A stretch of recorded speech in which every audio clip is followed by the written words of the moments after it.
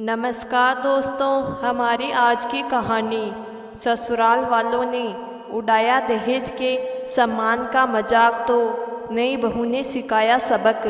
शगुन नई दुल्हन बनकर ससुराल में आई, नए घर के तौर तरीके सीखने लगी। शगुन के ससुराल में सास ससुर के अलावा उसका पति गजेंद्र और देवर दीपक, एक सीमा नाम की छोटी ननद थी।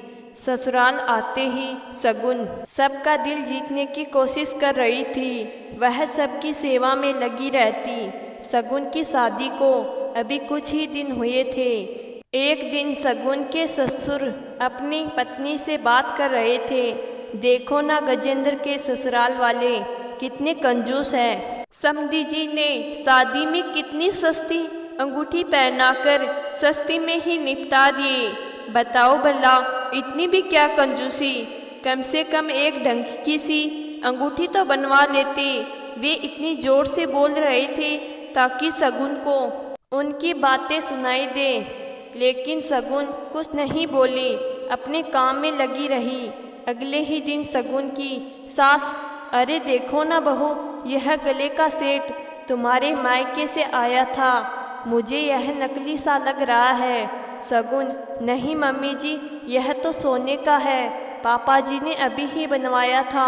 अगर आपको नकली लग रहा है तो आप सुनार से पूछ लीजिए। एक भी दिन ऐसा नहीं था कि शगुन के दहेज के सम्मान में ससुराल वाले कमियां न निकालते हो। कभी देवर कहता, भाभी आपने मेरे लिए अपने मायके से ये कैसी सस्ती घड़ी लाई हो, देखो अभी ही खराब हो गई। फिर भी शगुन माता पिता के द्वारा दिए संस्कारों की वजह से चुप रहती।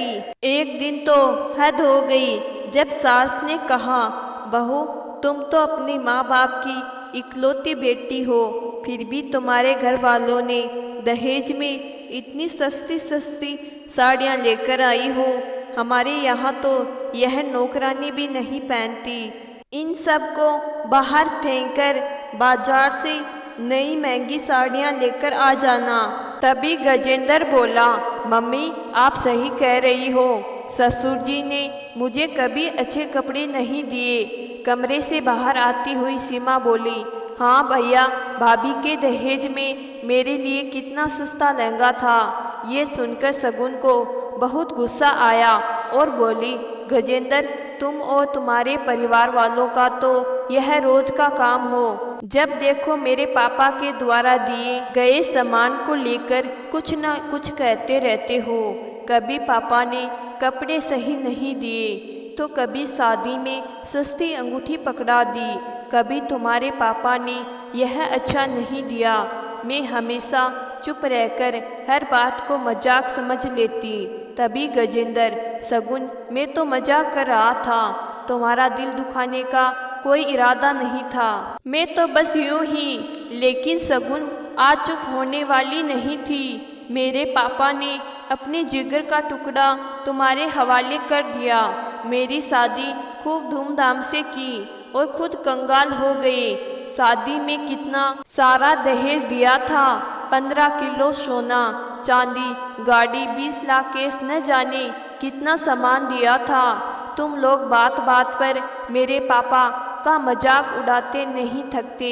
ये सामान जिसे तुम पुराना बता रहे हो, इसके लिए मेरे पापा ने एफडी तुड़वा ली। आपसे एक सवाल पूछती हूँ, मेरे पापा ने दान दहेज के साथ मुझे तुम्हारे हाथों में सौंप गए। मैं निस्वार्थ होकर तुम्हारे माता पिता की सेवा करती हूँ, तुम्हारी गैर हाजिरी में भी उनकी सेवा करती हूँ। पर आपने क्या किया? मेरे पिता के बीमार होने पर आप लोगों ने एक बार भी नहीं पूछा, न ही मुझे उनके पास जाने दिया।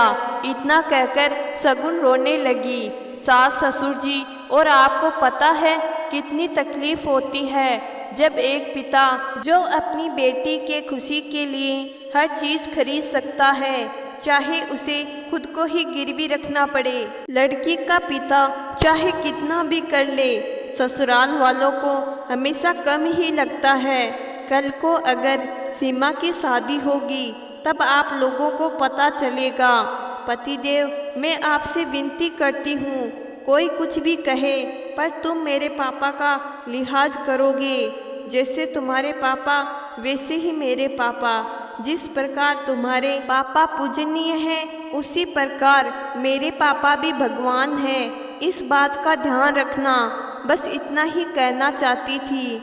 आज शगुन खुद को हल्का महसूस कर रही थी। आज उसको विश्वास था कि उसकी बातों को वे लोग जरूर समझेंगे।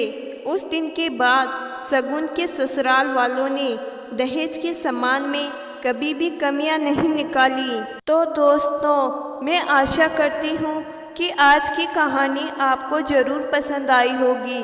कहानी पसंद आई है तो कहानी को लाइक और चैनल को ज़रूर सब्सक्राइब करिएगा। धन्यवाद।